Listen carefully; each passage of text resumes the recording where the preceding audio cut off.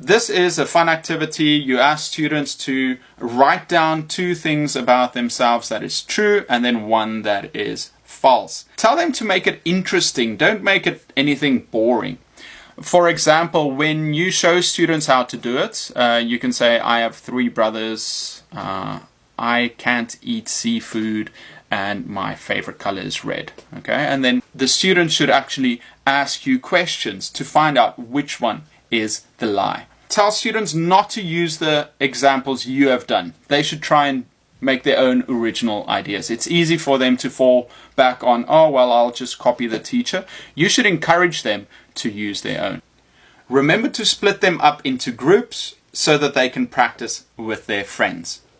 The reason we split students into groups is to maximize talking time. If you use the whole class, then students get bored, it takes too long, they don't really get a chance to do anything. And when students are like that, they're then going to zone out. So you want to engage your students as much as possible by making them part of the activity. When they're in their groups, tell the students to remember to ask each other extra questions to try and find out which one is the lie. For example, if I said I had 3 brothers, they can ask me, well, what are their names? How old are they? Just to see which ones are true. Number 8, alibi. This is a really fun activity. Tell the students that yesterday a crime was committed and they want to find a group of students who is responsible. If you have a class of 20 students, you could make groups of 4, 4, 4, 4, and then an investigator for each. 1, 1, 1, 1. The investigators, I usually make the brightest students so that they can start and ask good questions. Give the groups a few minutes to create an alibi, a story and its details. Where were they? What were they doing? At what time? What were they eating? What was the weather like? Once they're done, each of the 4 investigators will interview the group and ask them questions. They can give that group a score. How much do they believe them? To make it easier, you can also write some example questions on the board that the investigators can ask. And they can also come up with their own questions. So they will interview each group and then after a few minutes move around so that they interview all the groups. Afterwards, all the detectives should say, which group do they think is responsible? This is a great activity. Students like this game, and without knowing it, they're practicing their English skills and they're going to love your class. Number 9, hot seat.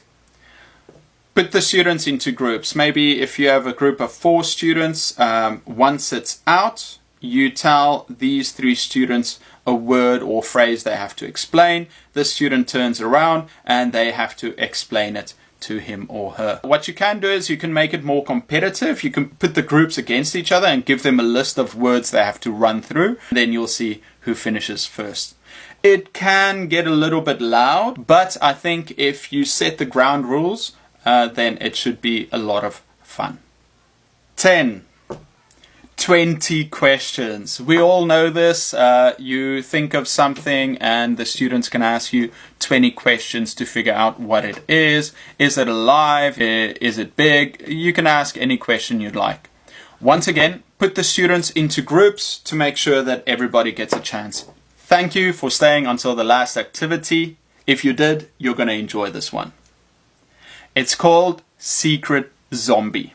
Before class, you can have a couple of small strips of paper. You write on it H for human or Z for a zombie. Let's say if you have a group of 20 students, you can make 3 zombie. The students have to go and have a conversation with someone. They will walk around just like a survey, and they should just have a normal conversation about what did you do last weekend? What's your favorite food?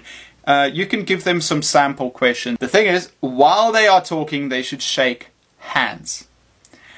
During the conversation, the zombie should secretly rub the other student's hand. If they do this, now that person is a zombie. They will have to try and infect someone else. They can't say anything, they can't make any gestures, but they're a zombie now.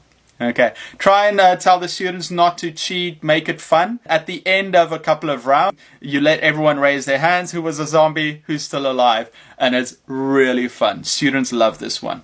Okay, everyone, I hope you like that. If you enjoyed it, like and subscribe. In the future, I'm going to make some more videos on card games I use with students that get them really excited. And I'm also going to focus on some other speaking activities that we can use inside the classroom. This is Eric from Etacute, and I'll see you next time.